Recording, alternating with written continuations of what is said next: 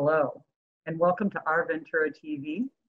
I'm Hello. MB Hanrahan. Oh, and there's my guest. Yeah.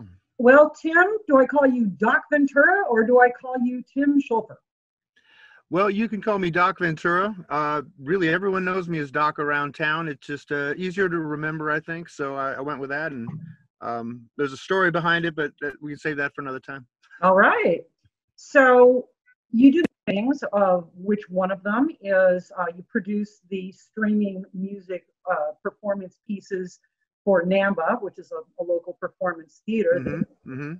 Current time of COVID obviously cannot be bringing the public in for their performances, but you are a very active musician. And what I would like to hear about is how you have been working with your creativity and engaging with others and producing music. And take it away. Well, for me personally, I know a lot of musicians, and they all have mastered the art of looking a bit like extroverts, but most of them are introverts, really. And to tell an introvert that they have to spend a lot of time locked up at home is not exactly the worst news you could hear. Now, granted, after a while it gets old, but for people that look at things in a positive way, it's a chance to do things I've always wanted to do. So at the top of my list was I wanted to form a duo with someone. So it was someone I trusted. The two of us would get together, and that was the only activity that I did. And we built up an entire repertoire. And when things opened up briefly, we even worked. So that was successful. I had my let me just stop you for a minute. So your collaborator was someone that you created a bubble with. That was like that's right. Exactly. Okay. Exactly. Right.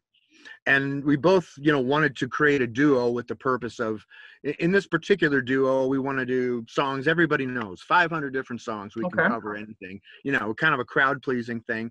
So we set about doing that, and it was very satisfying because we hadn't had time to do it in the last 5 years, and now we had time. I had another friend who I had not heard from in years, a producer on the East Coast, and he hit me up and said, would you like to put some tracks on here? And we did a collaboration for about a month on about 6 different songs. I never would have collaborated. I never would have probably talked to him. It's been quite a while. Those were original songs? And we made some excellent music. So those were originals that you're talking about here. Those were original songs. Wow. Yeah. And he does kind of like dance mix stuff, and he wanted some blues guitar over it, and he came up with something really interesting. And even he made something called, made a song called Plague Year, which is very evocative, I think, of the mood of the year. So, I could talk about all the things I've done, but the bottom line is that it's having the time has been energizing. I mean, the circumstances and the sickness surrounding it is nothing to be happy about, but having the time and recognizing that it's like time is really precious, you can think of a lot of things you'd like to do. Now, what I think is, not because it's not just about me, I think across the musical community, you're going to be really surprised next year at the skills people have acquired. You're going to have people that all of a sudden can play the accordion. You're going to have people that all of a sudden can sing much better, or have composed songs that are coming out with albums or learning instruments. It's going to be an amazing, it's the growth in the spring, right through the snow. And I don't know when it's going to happen, but I know all of my fellow musicians are there being introverts and woodshedding, and are going to amaze us, because that's the attitude that sustains you. You're going to make something unique and something important, and having the time to do it and not rush through it is been a new experience this year.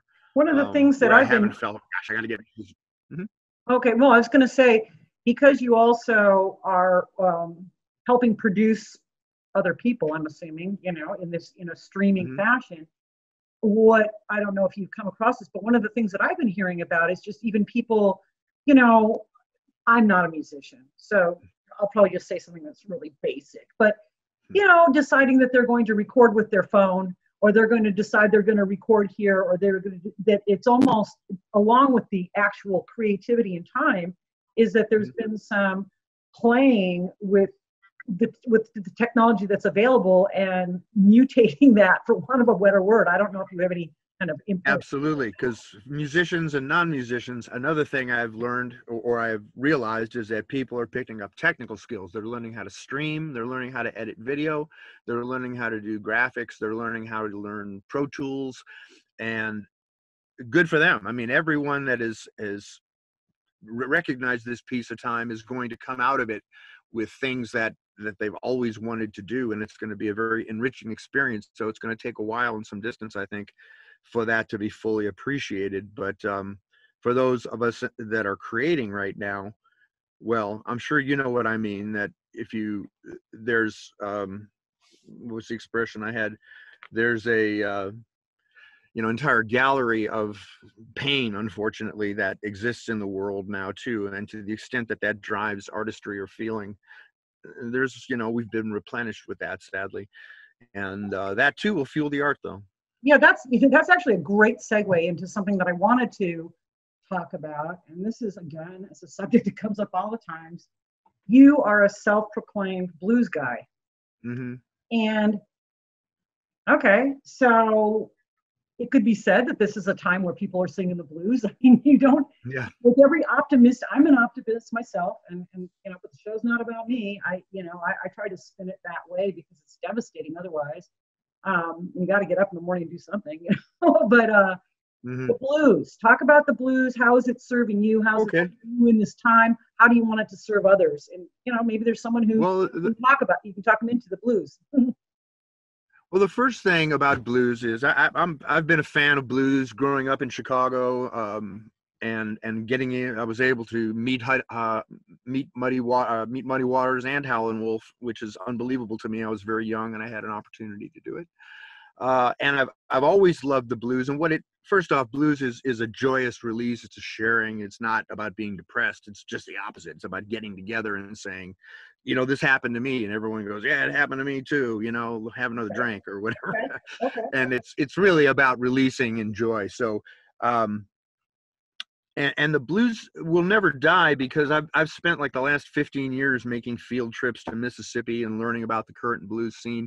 And I've seen about 3 generations pass just in that amount of time, where the guys I first started to see, their sidemen are now the headliners, and they're older.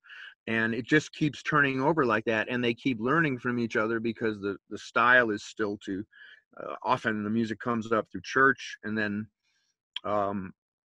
they learn from one another. It's handed down, by hand. And even though it's influenced by modern radio and some modern instruments, I found a uniqueness to it that I, when people discover it, they usually know. Now, blues will never die. However, it does go through troughs up and down. It feels a bit like we're in a trough now. You said blues to people, oh my God, I don't want to hear blues. I don't want to be depressed. It'll come back, so we'll just be hanging in there playing our blues until then.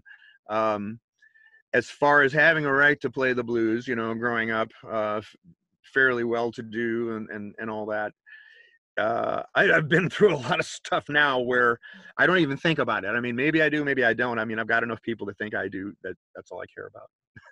As you're speaking, and I appreciate that. It reminds me a little bit of like when people are sharing, and then they feel like they can share something that's pretty deep, and maybe people kind of laugh, but they're not laughing at them. They're like kind of laughing with them, like, I dig it. Like you said, it's not like, oh, woe is me. It's like everybody's going through something, and we all go through the basic suffering of every single thing that you want or love in this world is going to go. I mean, every single thing. So I guess, to have an art form that's custom made for sharing that, I say, bring it on. So speaking of which, so you're working with your partner now in this project that you're working on. How are we going to get to hear what you're doing?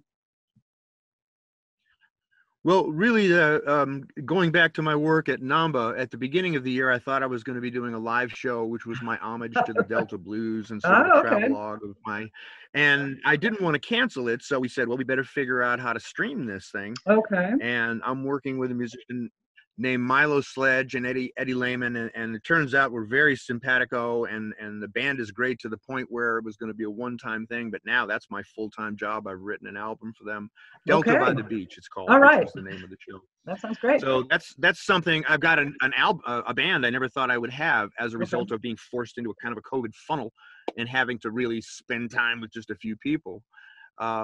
So again, it's funny that there are creative benefits to this downtime that just have to be counterbalanced over the, pretty much not fun of 2020 that we all agree has been less fun a year than. I believe when people do go out, they're really going to have fun again, because when it has opened up briefly and I've played a few gigs, people are so happy to be out, and including myself. It's like rediscovering. I can't wait till rediscover going to the movies. Hey, I'm with you on that one. All right. Well, so I want to say thank you very much for sharing everything. Thank you. Thank you. And I also am going to give you a shout out because you approached us. And so if you're watching us right now and you're thinking, I could do that, well, you probably could. So get in touch with OurVentura.com. I just had to say that because, look, here we're talking. I've got a new friend, and hopefully people will keep your name in mind and be watching for you and your band. And most of all, that people will feel moved to create in whatever form they can, and to, if they got to sing the blues, find someone to listen. But anyway. Absolutely. I'm all about making it a bigger pie. It's not a zero-sum game. I mean, more talent, the better out there. That's very good. Very good. And I want to thank you for joining us today on Our Ventura Welcome. TV. Thank you. Thank you, MB. Thank you very much for hosting. Sure. Bye-bye. Bye.